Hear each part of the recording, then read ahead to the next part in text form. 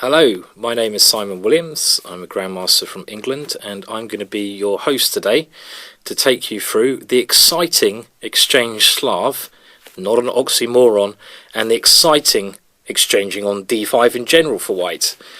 Now, this DVD is, I guess, the first of its kind because it's looking at ways to play against the Exchange Slav in a different light, and also against the Exchange Queen's Gambit.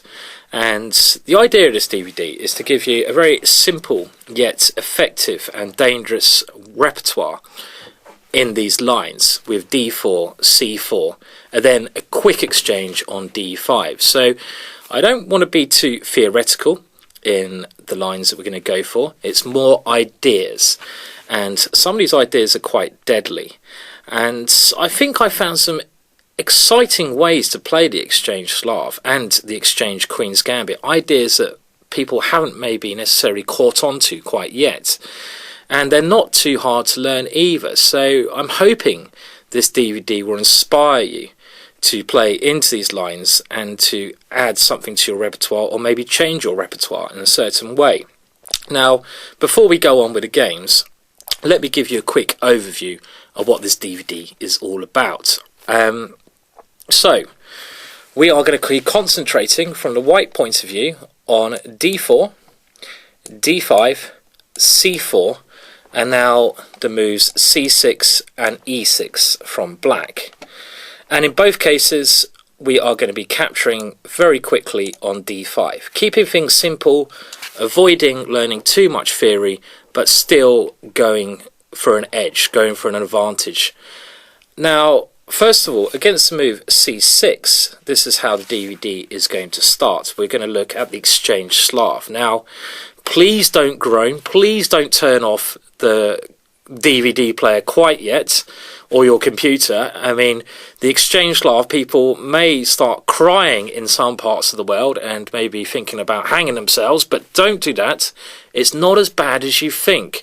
I mean, I've got a reputation of being a super aggressive player, and there's no way I'm going to allow the Exchange Slav to be played and to put me to sleep. And what I'm going to offer you here, after taking on d5, believe it or not, is first of all a very aggressive setup for white. Setups where we may even sacrifice a pawn in the Exchange Slav. Can you believe it?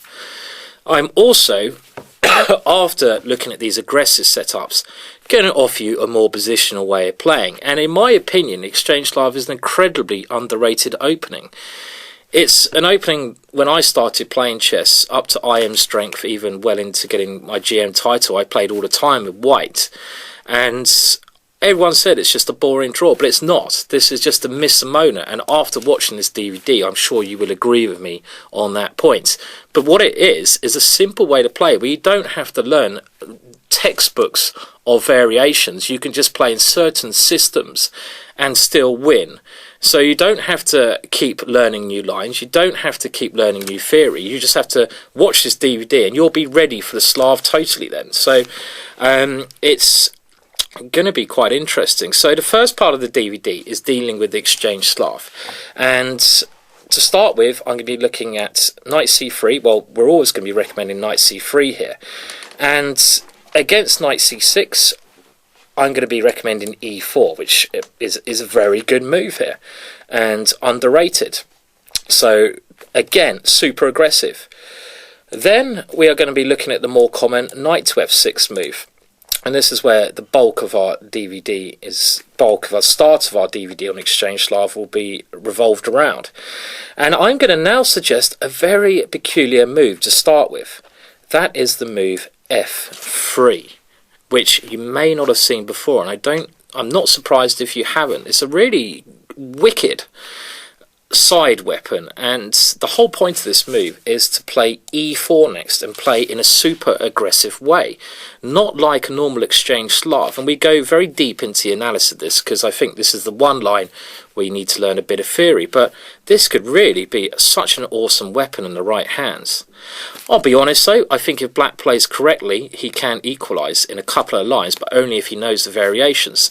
Therefore, instead of f3, we will then move on to bishop to f4 as another way we can play this position. And one thing I think we have to bear in mind is in these variations, it seems to me that white always gets a small advantage, pretty much risk-free.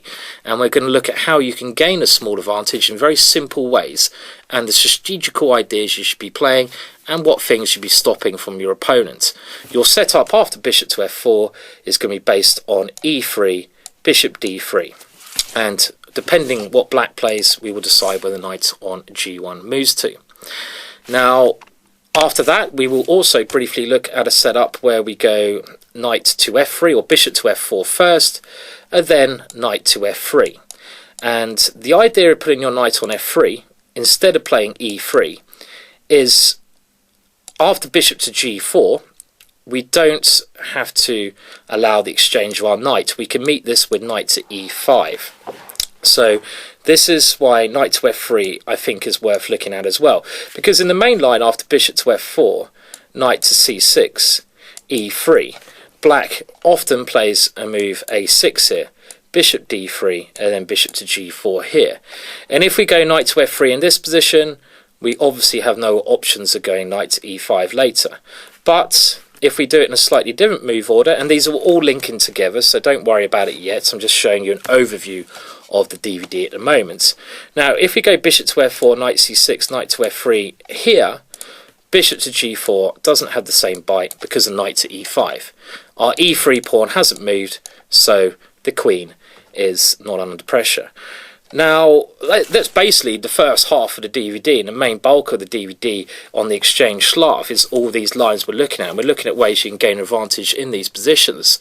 Now, before we move on to the other side of the DVD, the Queen's Gambit exchange, I just want to go over some basic tips in the Exchange Slav, which I think I've learned over the period of recording this DVD.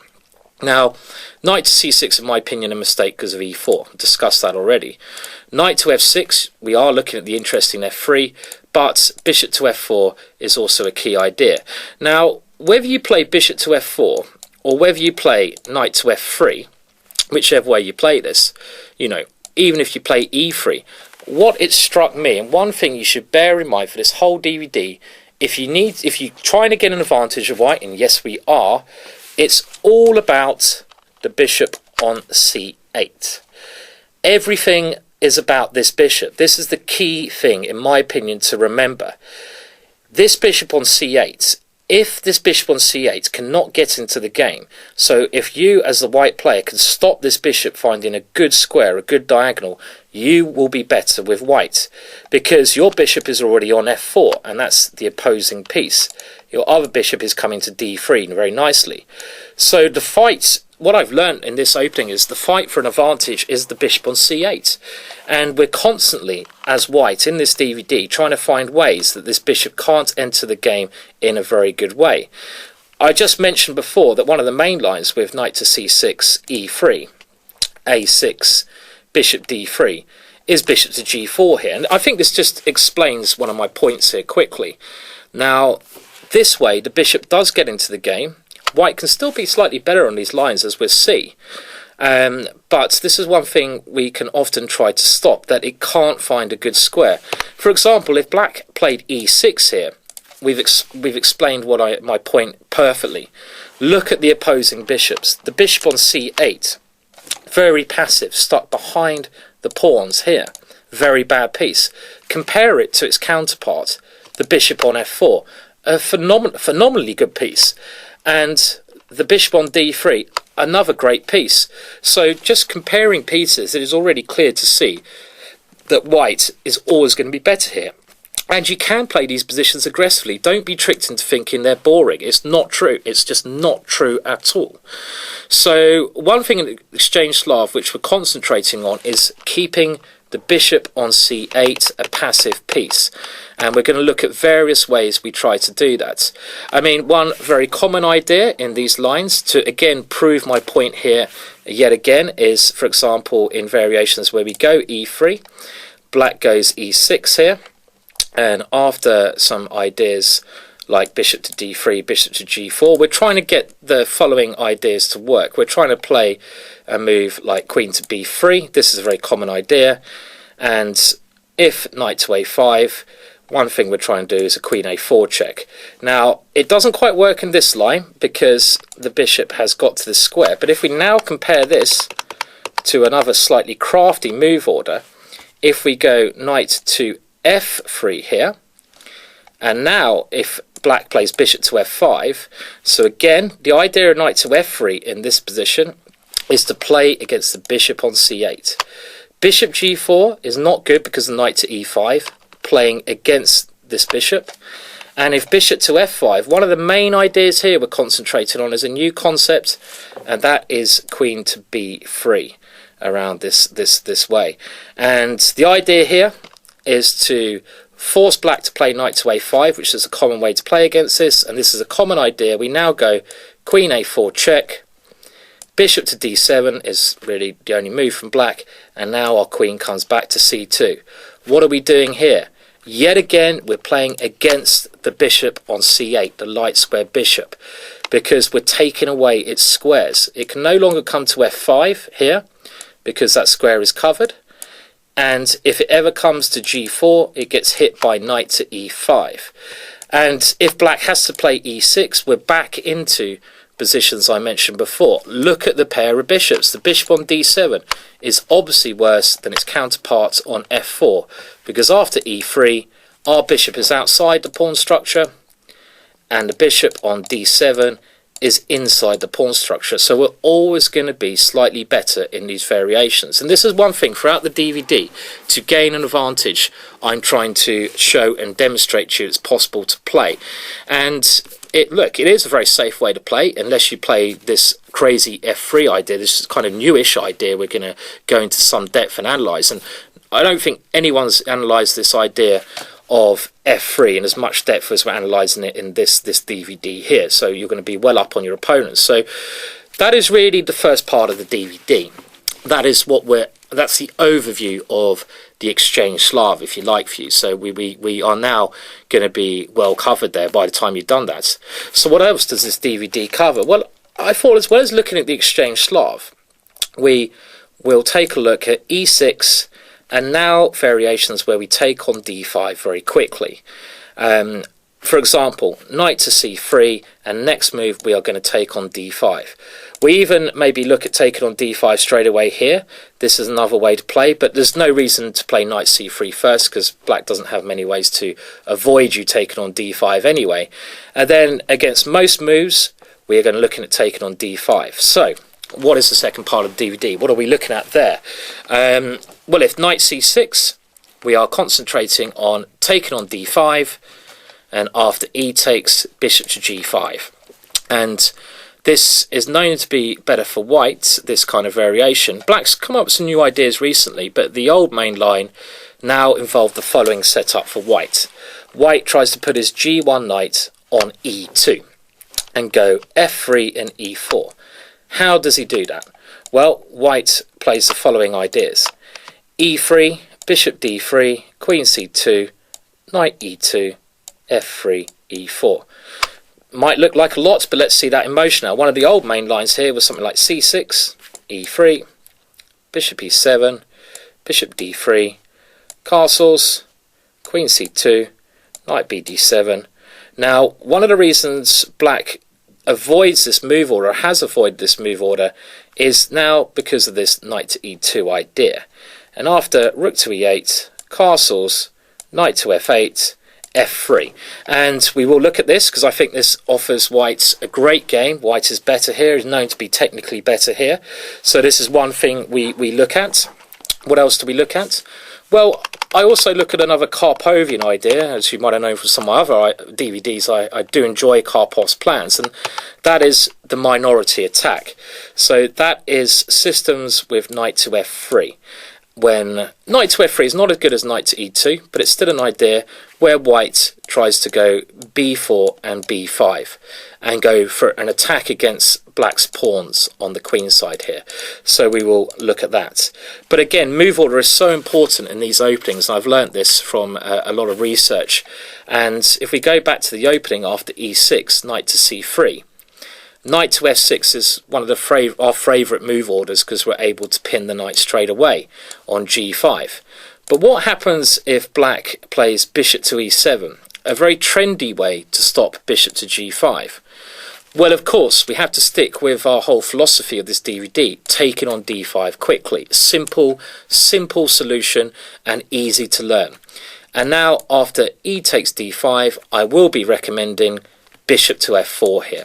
And this is the next part of the DVD, concentrating on this bishop to f4 move. We can't put our bishop on g5, so this time it goes to this square. It goes to f4. And this will be looked at in some detail as well. And you get some very interesting positions, of course, in this variation. And one of the ideas here, after something like c6, e3, if we're able to get our bishop to d3, our opponent's bishop on c8 will be bad again. So again, this even carries on from the ideas shown in the Exchange Slav, the bishop on c8. So there are themes that will carry through from one segment to the other. If the bishop on c8 can't find a good square, it's a bad piece. So generally in this position, black plays bishop to f5, and we are now concentrating on the aggressive move g4 here, first played by Botvinnik in a long time ago now. We'll come over to that a bit later on, but this is the next part of the DVD. Very aggressive but solid way to play, aggressive solidness against the move bishop to e7. And what else can happen here? Well, if black plays after e6, knight c3, some move with c6, we can still take on d5, simplifying matters when our opponent should take with the e-pawn. Hopefully you can already see why taking with the c-pawn is a mistake. Remember what we said about the Exchange Slav? The bishop on c8. If you take with a c-pawn, it's a bad piece. White is better. So after taking with the e-pawn, we'll be looking at strategies that white can play in this system, which still hopefully offer him a small advantage. We're really going to go through all of these lines. I'm going to try to show you the theory in these lines, but I'm also going to try to show you a very simple ABC, black and white, that's quite appropriate for chess, way to play that doesn't require you to learn loads and loads of variations. Once you've learnt this DVD, you'll be able to play against the Queen's Gambit, you'll be able to play against the Slav, and the ideas follow each other, and you'll have a very, hopefully anyway, a very good and solid repertoire. That's the aim of the DVD. Very quick overview there. I will try to slow down a little bit when it comes to the actual games. I wanted to throw everything at you there in the introduction and just let you know what it's all about. Hopefully you'll find this DVD a lot of fun and useful at the same time. Let's now move over to the action.